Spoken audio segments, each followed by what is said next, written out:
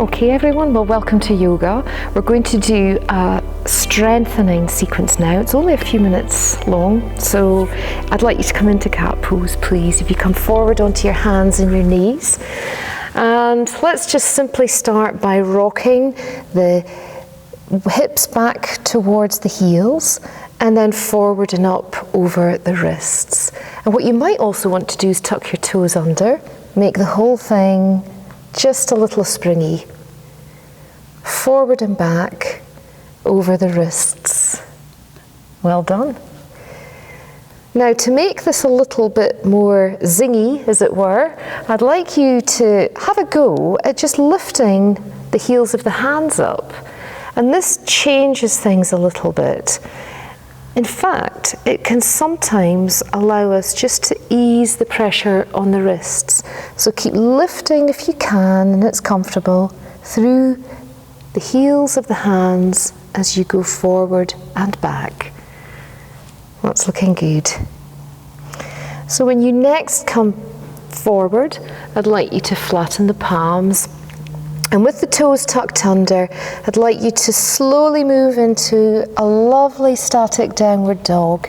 Keep your knees lovely and bent and allow the hips to lift and the heels to descend with soft knees. Lower the head and allow the neck to lengthen. Wonderful.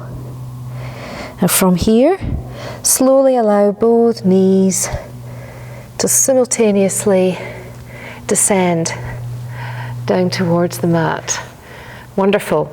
Okay, let's take the fists down into the mat now. So this looks a bit odd, but it can feel really wonderful, particularly for our thoracic spine. And as we inhale, we're just sort of gently moving the shoulder blades apart.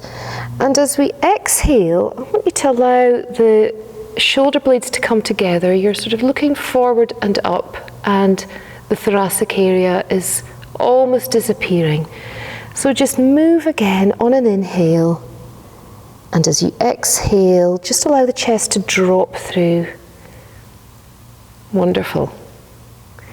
And then plant the palms down.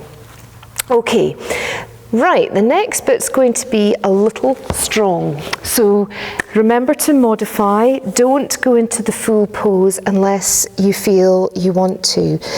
We're going to come into almost like a plank variation of the cat, and I'd like to credit Zoe Knott for this sequence. She's a wonderful British Wheel of Yoga teacher who works with strength and asana. This is one of hers.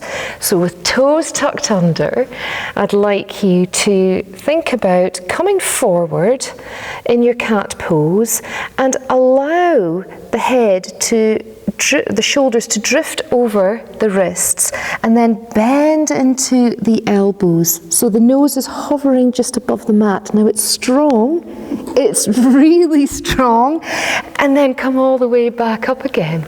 How did that feel? Yeah, have a nice stretch. So there's something really misleading about this, because you think you're just doing a gentle cat, and then you come forward and bend into the elbows so the head and the shoulders are going beyond the wrists, and allow the tummy to engage. Oh, well done. Really well done. And if you can manage one more, come with me. If not, I'd like you to do a regular cat. Good. And bend into the elbows. Good. Wonderful stuff. Have a little rest in swan, ideally with the toes tucked under. And then allow the arms to drift behind you so that you can rest the wrists. Very well done. And we're going to move into a moving dog now. So I'd like you to come forward with the wrists again. And the dog this time is going to sway from side to side. So tuck the toes under, with the knees nice and soft, allow the hips to lift up.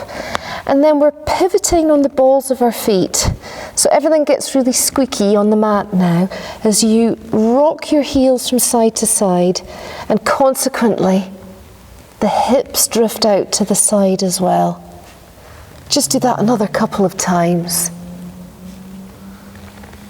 Wonderful stuff. And then from here, from your dog, just move down into the knees a little, lift the hips, drop the heels.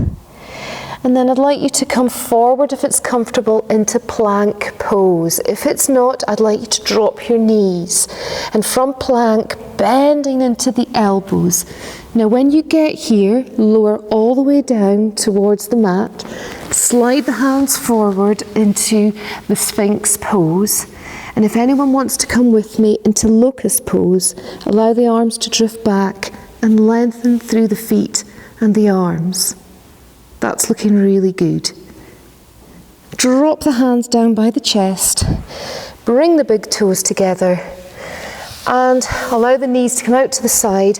Stack one fist on top of the other, and use this opportunity to melt the forehead into the stacked hands. And we can rest here for as long as we wish. Very well done, everyone. Thank you.